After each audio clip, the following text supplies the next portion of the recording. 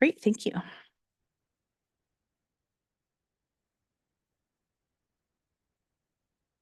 All right, I'm going to call to order the Town of Crossfield regular council meeting Tuesday, October 1st, 2024 at 7 p.m. We'd like to take this opportunity to acknowledge the traditional territories of the Indigenous peoples of the Treaty 7 territory and the Otay-Pimisiwa Métis Government District 4. Respect the histories, languages, cultures of the First Nations, Métis, Inuit, and all the First Peoples of Canada whose presence continue to enrich our community. Okay, does anybody have any additions or changes to the agenda? If there are none, can I get a motion? Through Chair, Go ahead. I'll make the motion the agenda be accepted as prepared. All in favor? Aye. Motion carried. Are there any changes to the minutes? If there's no changes, can I get a motion? To the chair. Go ahead. I motion that the minutes of September 17th, 2024 regular council meetings be accepted as presented. All in favor? Aye. Motion carried. All right, Norma, you're up. Okay, is this working? Is it? Yeah. Okay, good. Good evening, Mayor Harris and Crossfield Town Council. Thank you for the opportunity to share with you tonight our hot off the press Crossfield downtown and entrance area placemaking plan. Earlier this year, the town of Crossfield applied to the Northern Regional Economic Development Program to fund a project intended to establish a foundation for targeted Crossfield economic development. As shared with you at the July 2nd council meeting, Crossfield was awarded $41,000 of matching NRED funding. This NRED funding is an initiative designed to promote sustainable economic development and diversification in Alberta communities by creating a more attractive environment for investment. The town of Crossfield developed the following 4 component projects for the NRED funding: placemaking, land and building inventory, marketing, and investment readiness. And at this time, the placemaking engagement project is complete and recommendations are ready for council consideration. So what is placemaking? Let's watch a quick video just to prime the pump here on our thinking.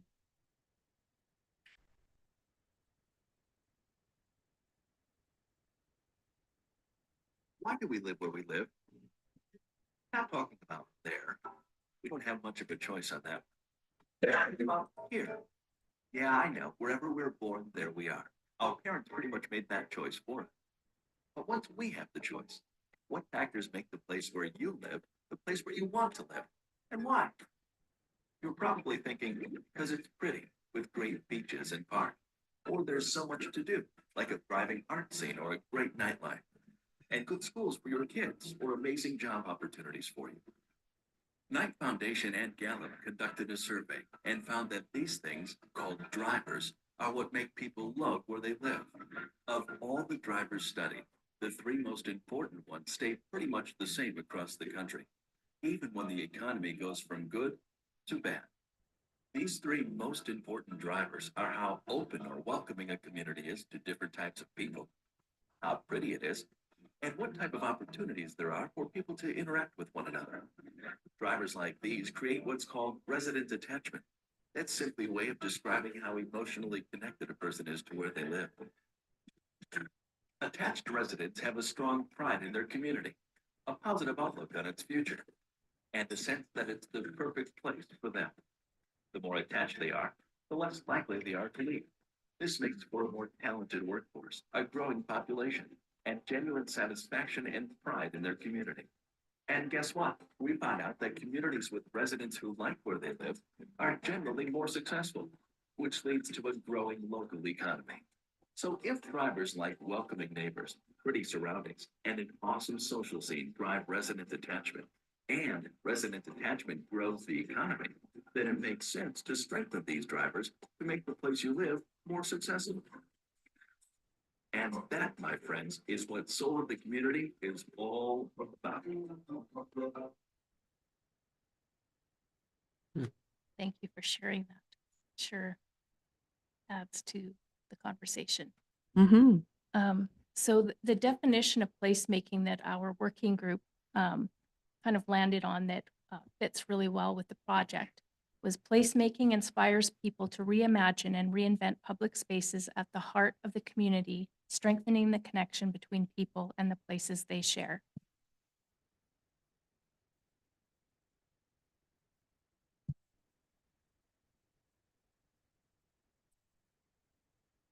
Okay. So, and then the purpose of this placemaking project was to engage the business community and community residents to develop a placemaking action plan for the downtown and entrance area, Railway Street. And the scope was to create a report with specific recommendations on placemaking tactics, including timelines and budget estimates, and that's what I'm here to share with you today. These are just some local examples of placemaking. The Drumheller dinosaurs, I think we're all familiar with that. Definitely a placemaking initiative.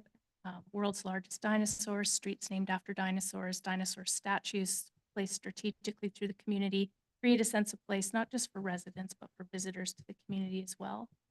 Another example that's more focused on directional signage. When you're driving Highway 2, there's 2 signs on the highway that point into Innisfail for their Dark Woods and Field and Forge breweries, so that people on the highway are aware of those community attractions.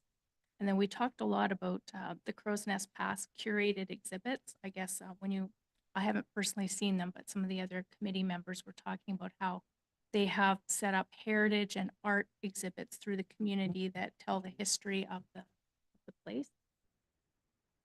In terms of what we did, our project methodology, we started our preliminary planning in July. So after I came to council and shared the project list with you on July 2nd, we dove right into the planning for the placemaking project and had a workshop on July 4th, which was attended by some town staff.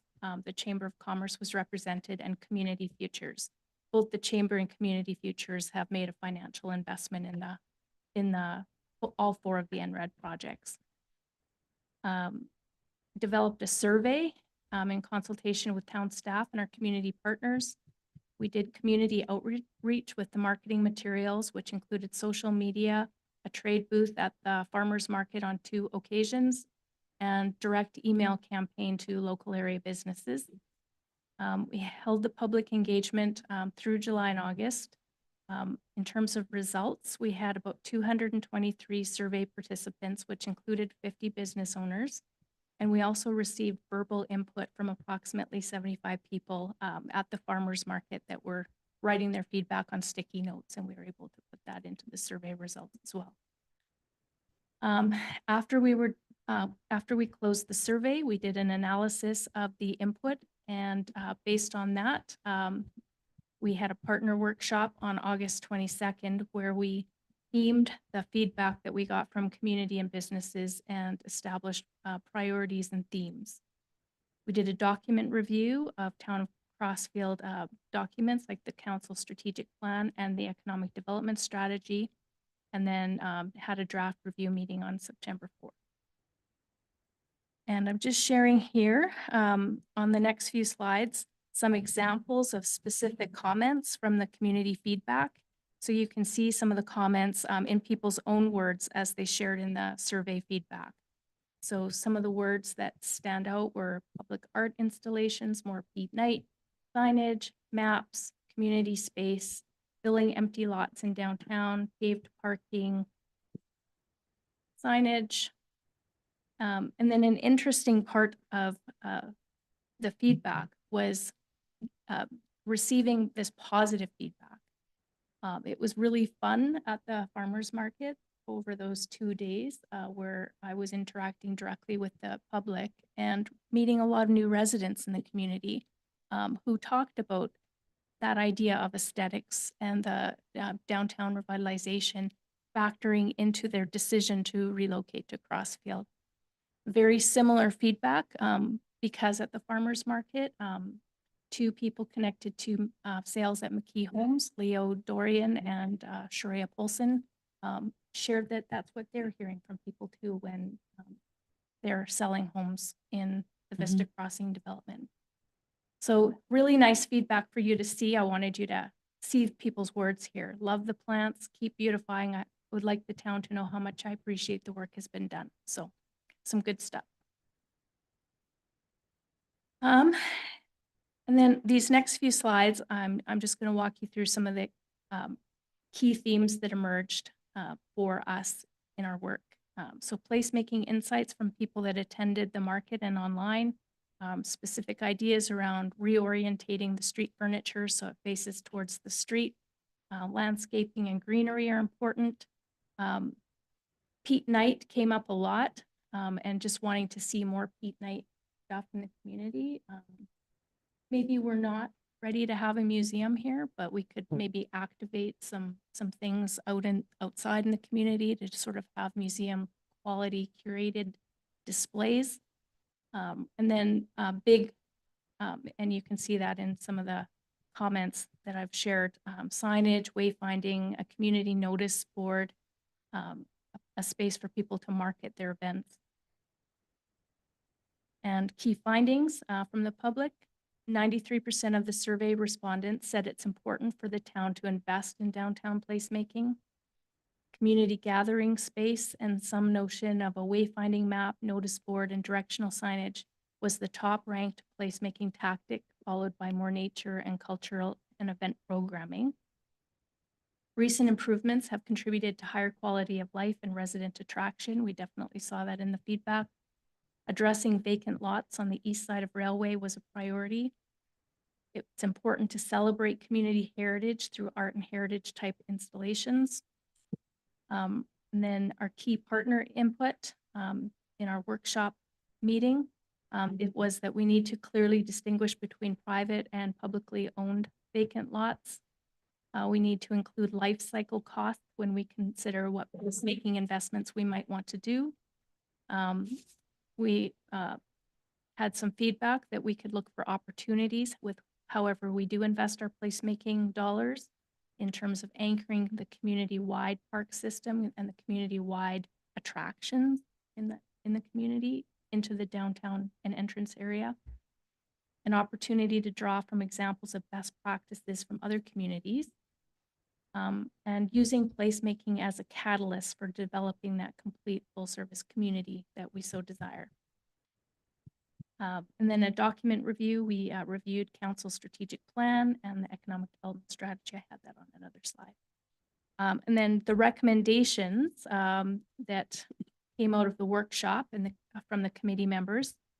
So these 4 priorities: the east side of Railway Street, if possible, leverage the town managed lot at 1205 Railway to catalyze investment attraction and development on the adjacent lands.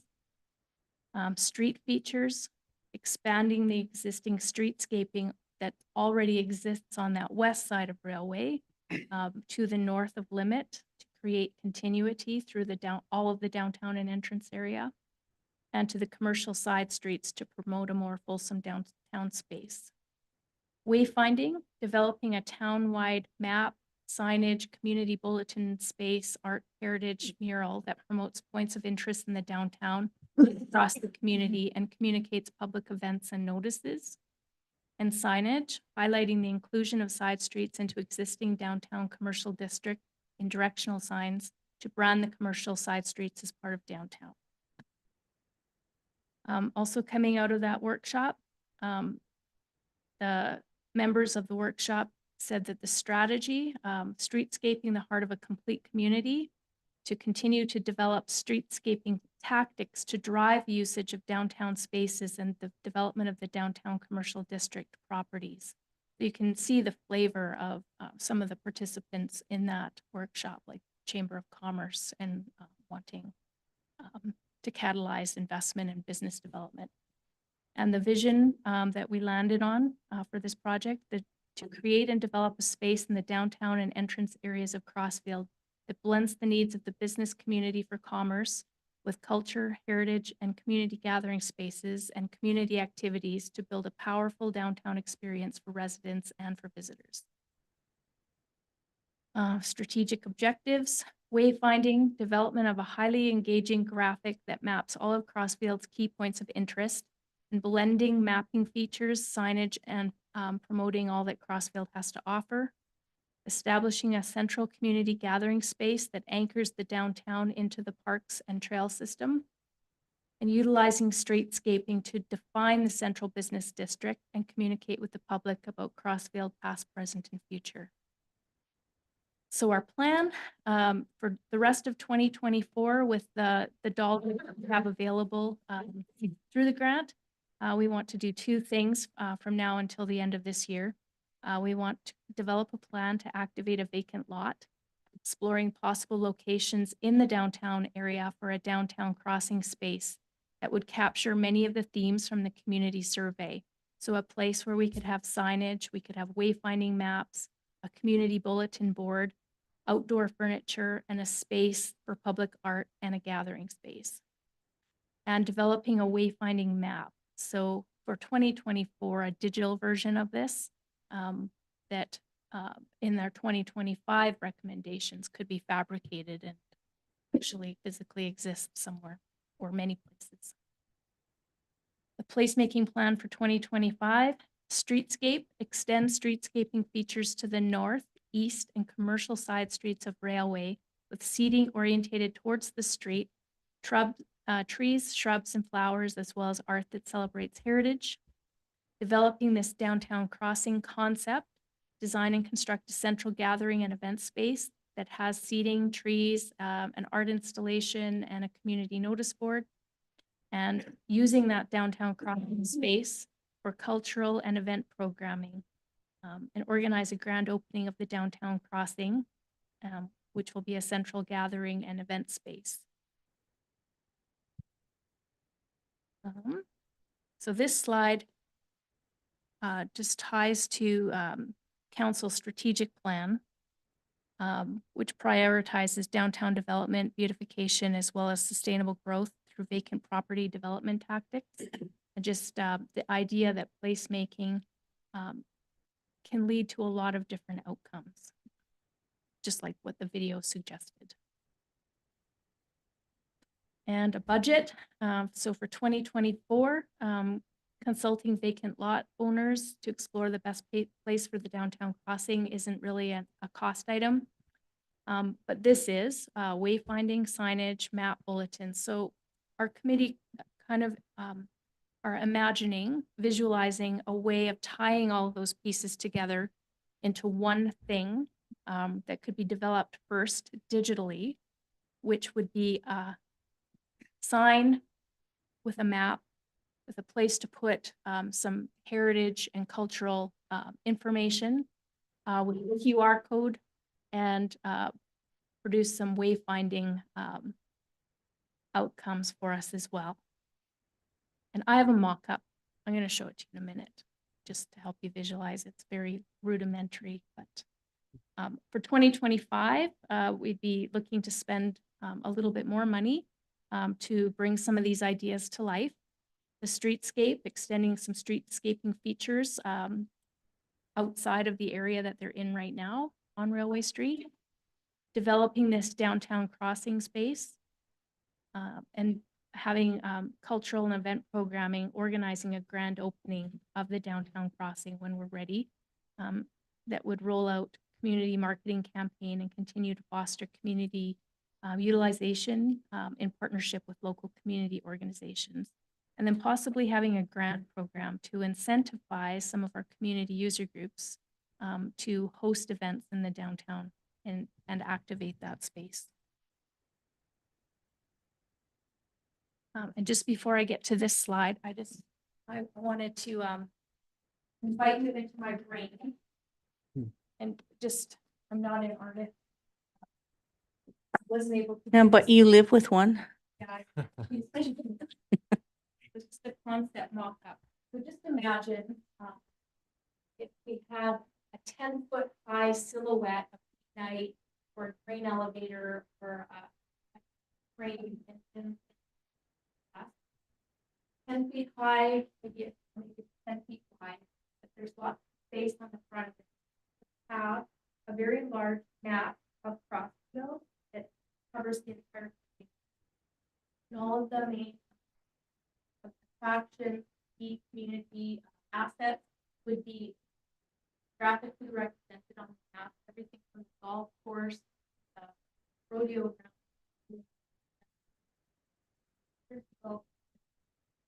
A little one. If you were to use your device to scan QR code, that would interact version of the map live on the device. And you could actually hours for the color deciding if it's all in. Actions. Then there would be a blow up map that would specifically be a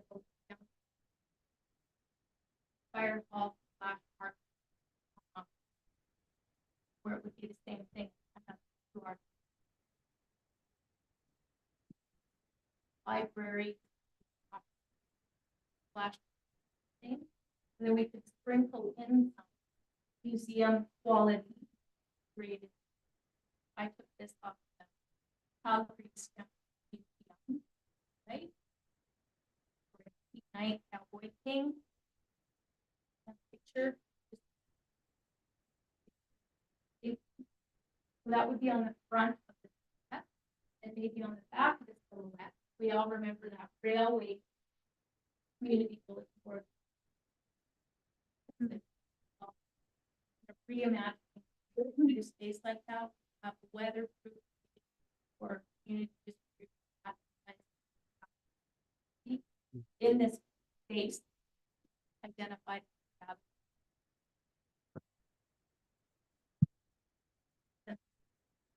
Yeah, so what we're proposing for this year, is develop digital next.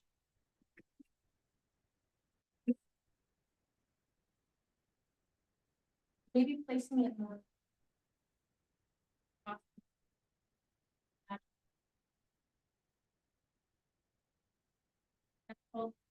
Maybe we one parking lot of this community hall or daycare active this area.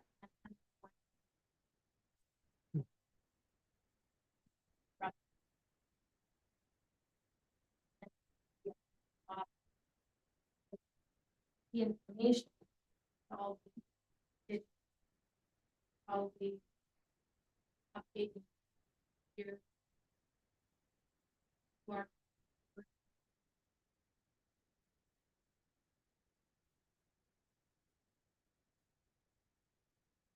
Hope that helps. Thanks, Norma. But maybe if there's any questions, I wanted to thank you for letting me come here today. And in terms of the public record, I wanted commerce. Yeah, that's great. For sure. A big thanks to them as well. Questions for Norma? I do have a question. So if you're going to be approaching any private landowners to do the crossing there, what were your thoughts on, because you're going to invest so much money into that land, and what are you going to do to cover the fact that one day they might come? You're right, Dr. Fox. We have to be very cognizant of that.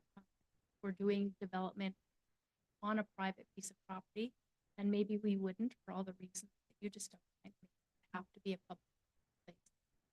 But if it was on a private lot and landowner who controls a space that would invite this type of development, we'd have to be mindful of cost containment so that whatever we put there is.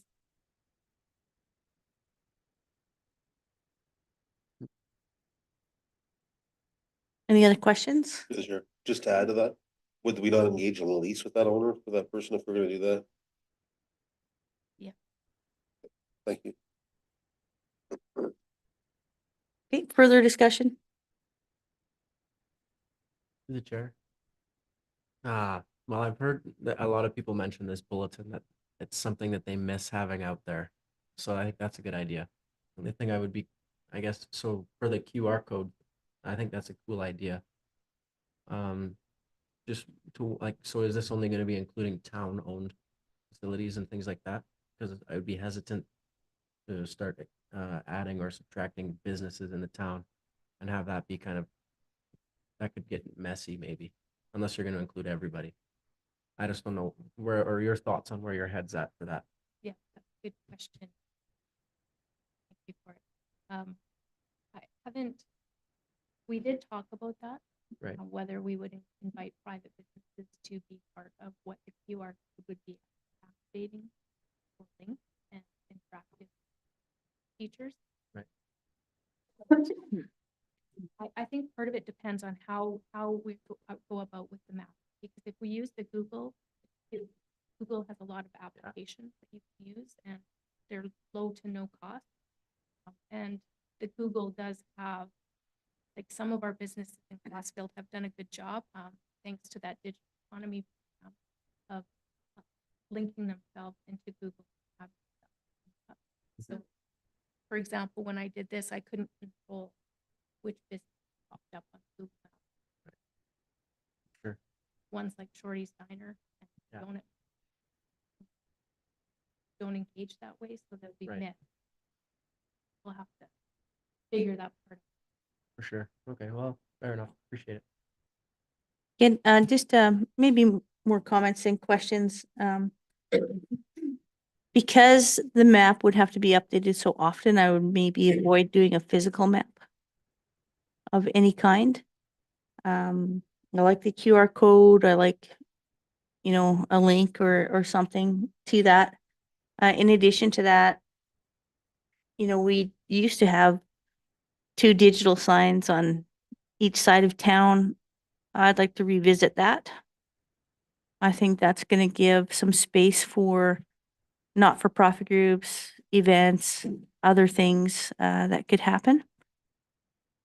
And that would probably give us a bigger bang for our buck on that. And then possibly just that physical pin-up board or something in this space would be great. To the chair. Go ahead. This is probably a question for us, but we still have those 2 digital signs or where do they go? Yeah. They're in Chinese. Through the Okay. chair, the signs are still here. As I think it was Councillor Fox mentioned, or somebody did up front there, Mayor Harris. Everything for them is in Chinese, so we don't know how to get them working again. So it is Google something. Translate. It is something that we have brought up to our IT providers, and I think it's on their list. But we have to figure out how to get them operational once again. This might. So I believe a couple of years ago that the town staff was getting lessons on how to operate those things. That at that time they would have been in English, so what happened from that time to now? Through the chair. No, a previous employee had created a template for us to use. So that's all we had was this little template of like a Word document that was only a certain size. So that was kind of, and it was a program that they designed directly to be able to display on the signs. So we don't even have a program to display it on these signs right now. Kinsley. Well, I also think instead of struggling with something like this, maybe cost some other ones out Yeah. and find out how much that's going to cost and put it in the budget and see if it's approved in budget. Let's not I think sometimes we spend more time wasting time trying to figure some of that past stuff out than just moving forward. Okay, anything else? Okay, if there's nothing else, can I get a motion? To the chair. Go ahead. I move that, oh. I move that council accept the placemaking action plan for information and defer the plan's 2025 recommendations to the 2025 budget deliberation. All in favor? Aye. Motion carried. Thank you, Norma. Thank you. Okay, item 5.1, change in deputy mayor. So deputy mayor, Fox for the next 6 months, if you want to come and swear in.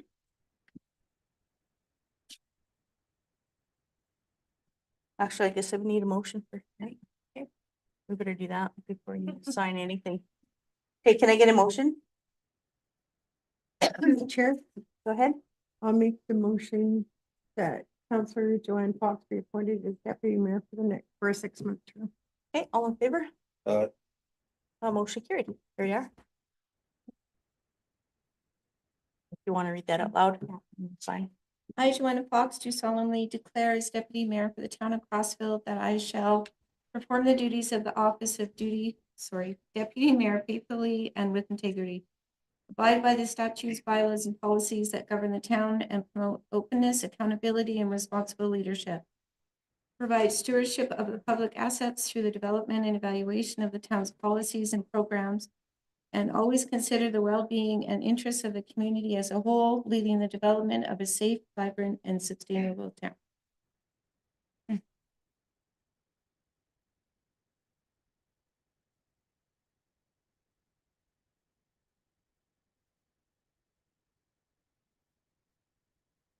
Excellent, thank you.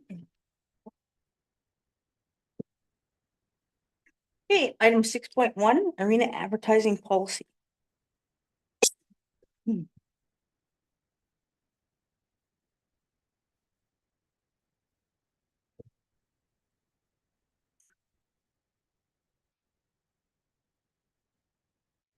you, Mayor Harris. Good evening, council. So yes, before you is updated arena advertising policy. This was all spurred on by a request that we received from a local business to install some advertising on the wall behind the players' benches in the arena. Upon review of that policy, it was discovered that there is no provision for advertising in this location. So administration went through and updated the policy to consider this. Some of the main changes that you'll see in the policy are that the name has changed to arena advertising policy, as the new policy considers more advertising than just the arena boards. We put an additional restriction on advertising that contains language or images which are damaging to the town of Crossfield or any of the town's programs, services, or projects. We identified a time frame for the advertising to be up from August 1st to July 31st of each year, which allows the arena supervisor time to collect annual advertising fees and or change advertisements prior to ice install in September. We identified requirements for the signs that would be installed on the walls. Another bigger change is that we removed the fees out of this policy and placed them into the fees and rates policy, bylaw, to ensure that all fees related to the arena are contained within one document. And then we made a couple other grammatical formatting and agreement changes to correspond to the other changes made within the policy. One item that was missed, it was discovered after submission of this policy to council, is that we discovered that the material requirements for the signs, which is contained in section 4.8 of the policy, were incorrect. They would be updated as follows. The arena boards would be the material would be 0.040 styrene, and the wall advertising would be 1/4 inch coroplast. So the arena boards, that's actually more what we've been using. And then the wall advertising has to be a thicker material so it doesn't droop or wiggle around. So administration believes this is a reasonable request that will bring additional advertising revenue into the arena. At this time, it is proposed that wall advertising be limited to the players' benches. Should additional requests come in following the install of this signage, administration will examine the feasibility of allowing additional wall advertising in other areas of the facility. That being said, we don't want to plaster the whole arena with advertising. We still want to maintain a relatively neat and tidy facility. So administration does recommend that council approve the arena advertising policy 2024-04 as amended. Thanks, Russ. Any questions for Russ? Seems pretty straightforward. If there's no discussion or questions from council, can I get a first reading? Through the chair, I'll make the motion that council approve the arena advertising policy 2024-04 as amended with the addition to 4.2. All in favor? Aye. That motion carried. Okay, second reading? No, that's the 6.1. It's a policy, not a That's it. bylaw. Oh, sorry. Yes. I don't know what I'm doing. Obviously. Excellent. Just one Thanks, of those Russ. Shoot from the hip and That's right, right? All right, moving on to 7.1, fees and rates bylaw. It's me again. Thank you, Mayor Harris. So with the fees and rates bylaw, administration has two updates at this time for this bylaw. One being the transportation routing and vehicle information system, multi-jurisdiction fees. And the second being the arena advertising fees, as was just discussed. With the Travis fees, council may remember at the May 7th council meeting, 2024, that council approved the updated Travis MJ agreement with the government of Alberta, along with the implementation of a new fixed municipal fee of $25 per permit, as well as with the collected revenues being allocated to a reserve for future road improvements. Further to this, council also approved that administration engage with Road Data Services to provide permit review and approval services for the town. So as such, and as is attached in the draft fees and rates bylaw, administration would like to update that bylaw to include the $25 fixed municipal fee, as well as a $25 cancellation fee to ensure that administrative costs are covered in the event a permit is canceled after being approved by Road Data. Following approval of these fees, administration will engage with Road Data to finalize the agreement and implement the fee with the province. And as noted previously, the arena advertising fees are being updated within this bylaw to include the current fees for the arena boards, as well as updating the fees for the, I guess implementing the fees for the wall advertising. Because the wall advertising behind the players' benches is in a more prominent location, it is recommended that these fees be slightly higher than those that are installed on the boards. And as follows, so it'd be a 1 year for $350 per year per sign, or 2 years. If they sign up for 2 years, it'd be $300 per year per sign with a one-time installation cost of $50. So, these updates to the fees and rates bylaw were brought forward at this time to provide administration the ability to move forward with implementing the Travis fees, as well as adding the additional advertising behind the players' benches at the arena. Administration's recommendation would be that council approve and give all 3 readings to fees and bylaw 2024-04 with the updated Travis fees and arena advertising rates as presented. Questions?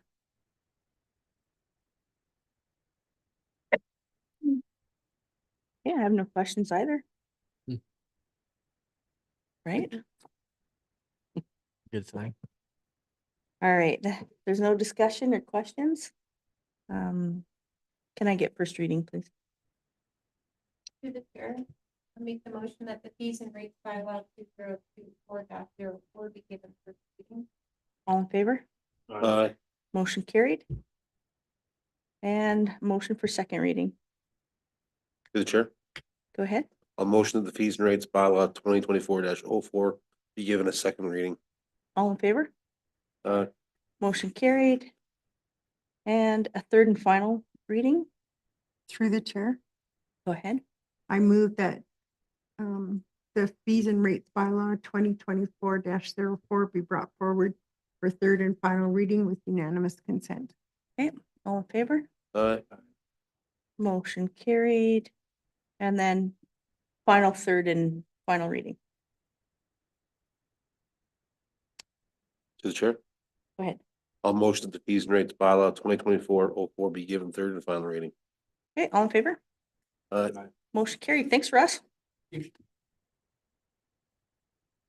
Okay, moving on to item 8, council reports. I had the chance to go to Alberta Munis. Started my Tuesday with all-day training for council's role in land development and ASPs, MDPs, and that type of thing. It was a good session. I would recommend it for anyone to take. Very eye-opening for sure. We met with Minister LaGrange, chatted with her a little bit about doctor shortages, that type of thing. It was a group meeting, so we got to state our case, and then we got to go on to the next meeting with Minister McIver.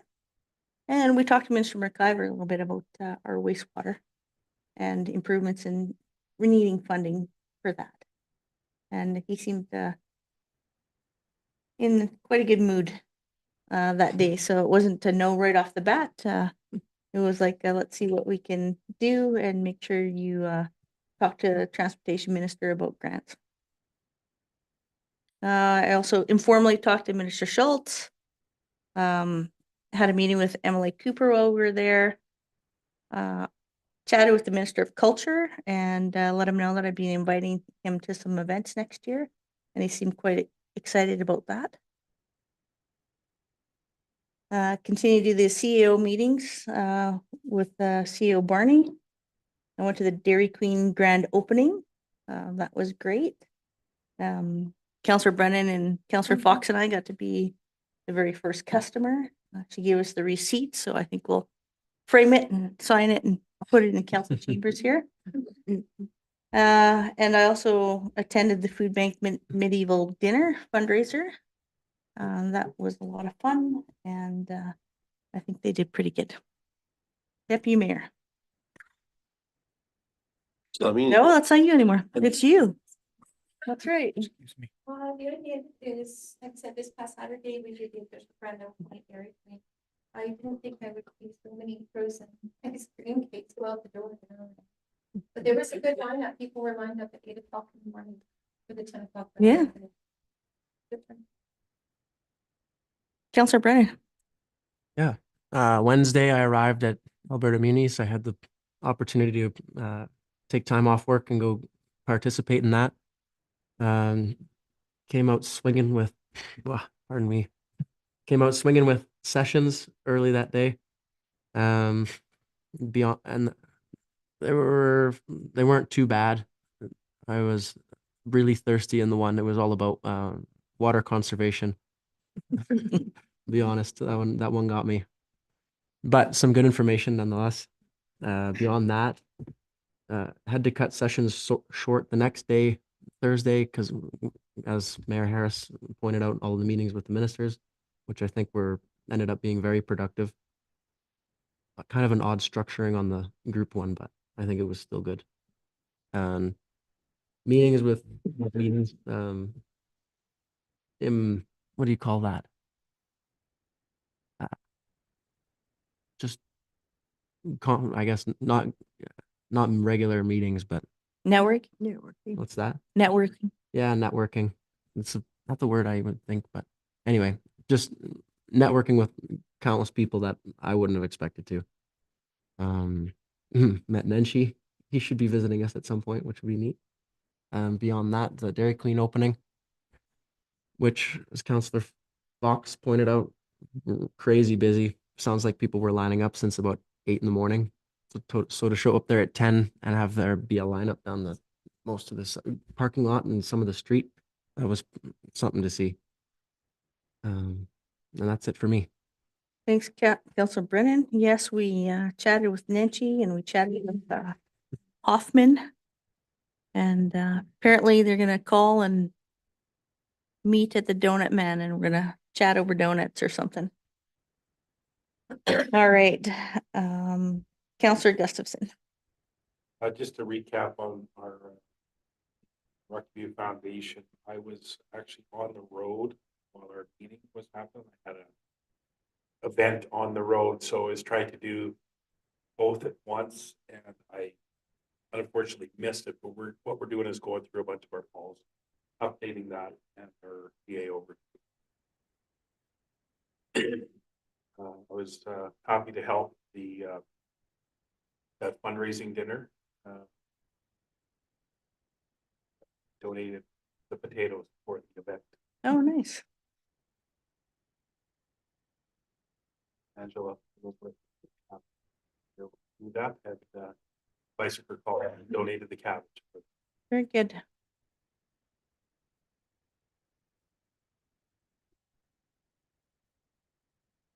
Counselor Lambert, Nothing to report. Counselor Vang, I have nothing to report. all right. Hey, a chopped liver? Well, yes. Yeah. I forgot the farmer was here. I'm sorry. Thank you for the time with that. Counselor Nothing- Knight. Nothing further to report. That's right. Oh, my God. That's not true. You got harvest. You did. All right, excellent. Can I get a motion to accept for information? Through the chair, Go ahead. I motion that the council reports be accepted as presented. All in favor? Aye. Motion carried. Okay, department director updates. It's the Director Nash show. Thank you, Mayor Harris. So before I use my monthly update to council, I'll touch on a few highlights for you. Recreation Board applications are being submitted and reviewed for the upcoming meeting at the end of October. I believe today was the submission deadline, so. And Garris told me they have 7 applications, 7 or 8 that have come in, so that's pretty good. In parks, the trees that were damaged this summer have been replaced in Veterans Park, so you'll notice that. Park sign replacement program, you'll also notice that the sites are going to be, they've been marked out and they're going to be prepped to have the piles installed soon, so that they are ready for install of the signs as they're completed. The Western Drive Dog Park upgrades, work has started on cleaning up the new location, as well as quotes for purchasing the temporary fencing are being finalized as well. I believe that's very close to being completed now. At the arena, the regular season is officially kicking off tonight. Actually, that we'll see RMHA, CMHA, figure skating, and can skate groups all starting their weekly ice times. In the fire department, they will be looking to start another recruitment drive that will focus on local members of the community. They will also continue to look at out-of-towners, but primarily trying to drive that the local members. And as part of that upcoming recruitment process, the females within the department will be conducting a one-day session for those females who may have an interest in the fire services industry. This will provide an opportunity for them to ask questions, gain insight into what it is like being a female in the fire department. They'll take the participants through practical firefighting activities, provide some tips on how best to maneuver through physical abilities testing, and much more. So that's a pretty exciting initiative there. I'm sure you've also seen that the fire department does have 2025 calendars available for sale. They look really good. And then the objective of the calendars is to sell them to raise funds for the food hamper program. And as of September 25th, the fire department had responded to 274 calls for service as broken down there in front of you. And just the last update, senior administration has been working on draft 2025 budgets and to be deliberated with council here coming up in the next month or so. That's all I've got. Thanks, Russ. Questions for us? Sure. Go ahead. Hey Russ, I was asked by 2 residents, we are still planning that public skatings on Wednesdays and Sundays, right?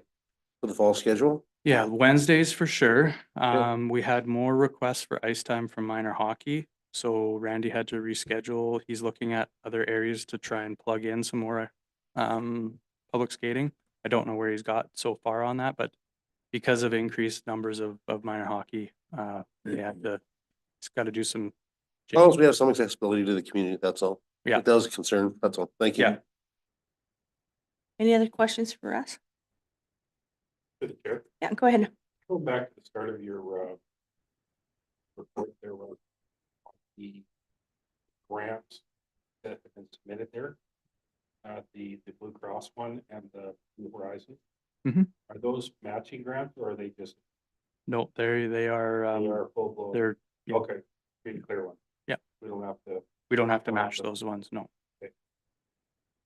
And I guess, sorry, to kind of go a little bit further on that, we have applied to this Blue Cross grant in the past. So we do include it in our capital projects, but on the condition that that project will only move forward if If the the grant. grant is approved. Okay, Correct. yeah. And the same would go for the New Horizons. Horizon. Mhm. Yep, okay. Thanks, Russ. You're welcome. Okay, I have a question. We have 111 medical calls. I think every report we get from the fire department, our medical calls are always the highest. Even though we changed policy, it seems like we're still getting as many calls out to medical. So what's changed, what hasn't changed, or what has changed? I would have to go back to Bill to get the breakdown of those calls. I don't believe there are any, or if there are some alphas and bravos, they're very few. The rest would all be the Charlie Delta. and Delta. Echoes. But I can bring that information back to council if you would like to see the breakdown and the comparison between You years. can just send an email, I think, Okay. would be fine. You don't have to bring it back to council. Just send an email to all of us. That would be great. Thank you. Anyone else? All right. Through the chair? Yes. Were you making reference that we send a bill to HS on the amount of?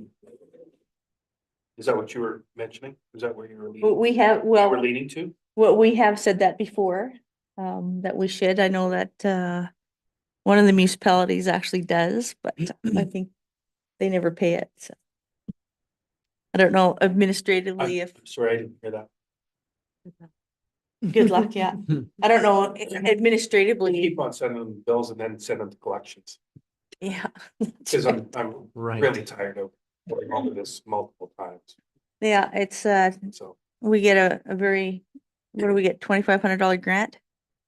It was about 75 or 78 this 7,500, year. yeah. Plus, we also do get free medical, like first aid supplies and medical supplies through them. This is what we'll do. We're inviting Premier Smith here. Mhm. We'll invite her. We'll do a tour of the fire hall. We'll show her the bay that we have for an ambulance, The empty one, you mean? the empty one. Yeah, Okay, yeah. yeah, that's designated for an ambulance, so. I Make think sure it's that's, empty that day. yeah, I think that's the route we go. And her and LaGrange can come and have a look. And maybe we can apply a little pressure. I'll buy the lottery ticket. All right. Any other questions? Yep, official report. Okay, thank you. All right, Director of Operations, Steve. You're up. Into the hot seat for the first time. Is it the second time? This time you're all alone, though. Yeah.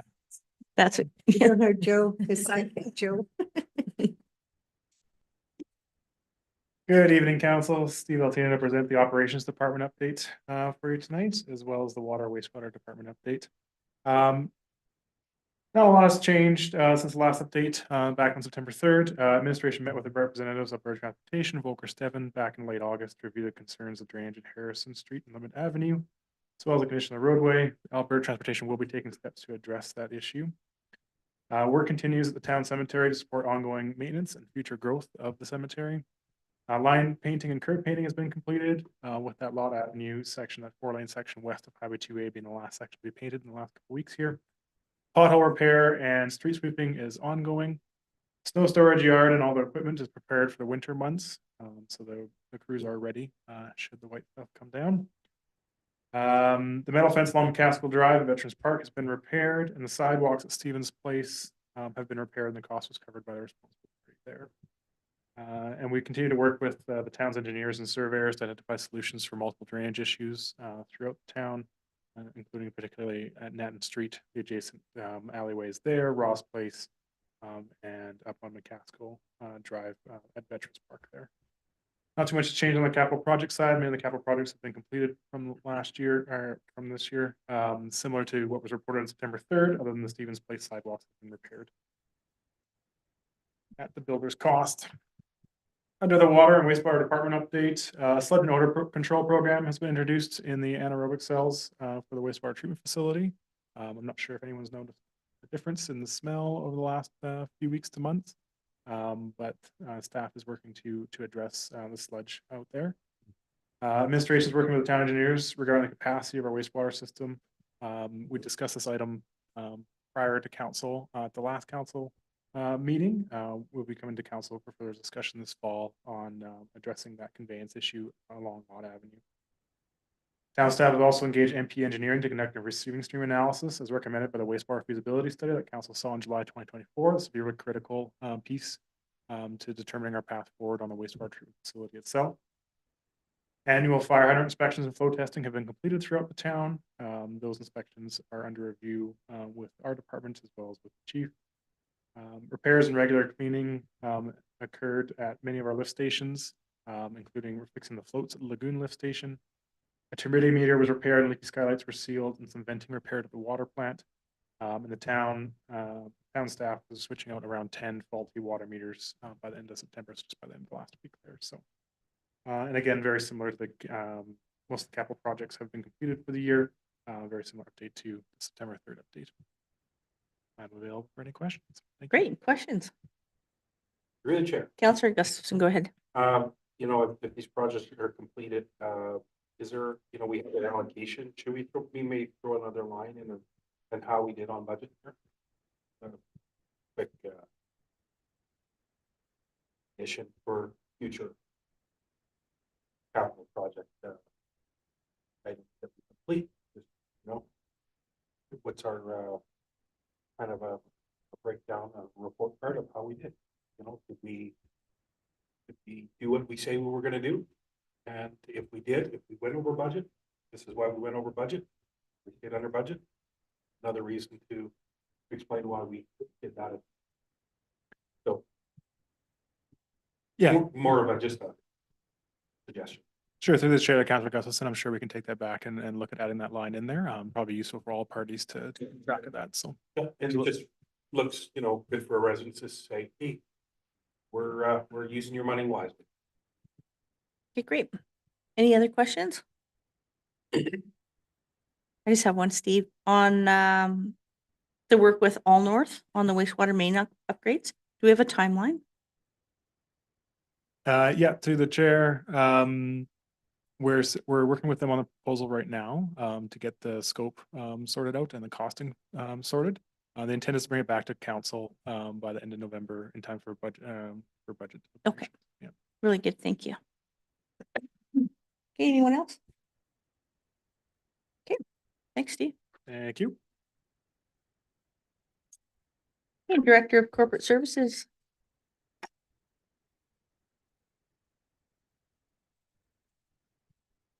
Evening, council. Mine is a little shorter than the other departments.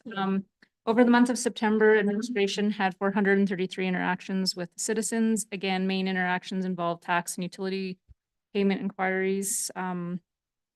We are working, or I actually submitted today an RFP for collection and disposal of residential solid waste. So that's your black cart pickup. It'll be expiring October 31st. So you'll see something coming forward to council in November. The City of Calgary water restrictions continue to generate interest in our bulk water. Over the last month, the town has seen 7 new accounts set up. We will be, actually this week, we just sent out letters to the 123 accounts that remain outstanding for taxes. So hopefully we'll get some phone calls back from there. Administration continues to do extensive work on the budget development. Again, like Director Nash had said, with the tentative schedule coming forward to council in October, November. And we are, the interim audit prep is underway. And we've completed the review of the town's insurance program for the November renewal. The accounts payable is listed there. For September, as of September 2024, there has been 3 new businesses, two new businesses and 1 home occupation. And there has also been 54 new home constructions for 2024. That's all I have. Okay, questions for Director Knapp?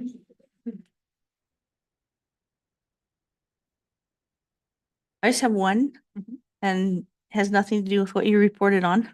So sorry. Okay. Just curious, on a timeline to have eScribe up and running. I'm aiming for December. Okay.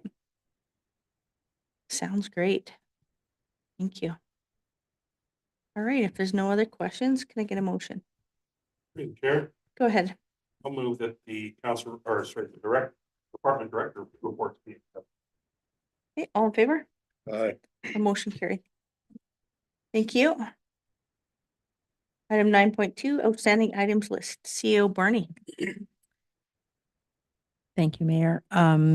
The one change that we would request today is item 031 be removed. That is the Travis agreement. That item was brought forward under the fees and rates bylaw, which is the final component of moving forward with the implementation of that under item 7.1 this evening. So we would like to request the removal of that item and no further adjustments. Okay. Any questions for CEO Barney on the outstanding action list?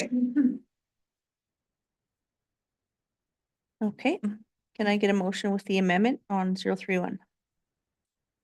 To the chair, I'll make the motion that administration, sorry, to approve the withdrawal of 031 be removed from the consent. All in favor? Aye. This motion carried. Okay, there's no correspondence.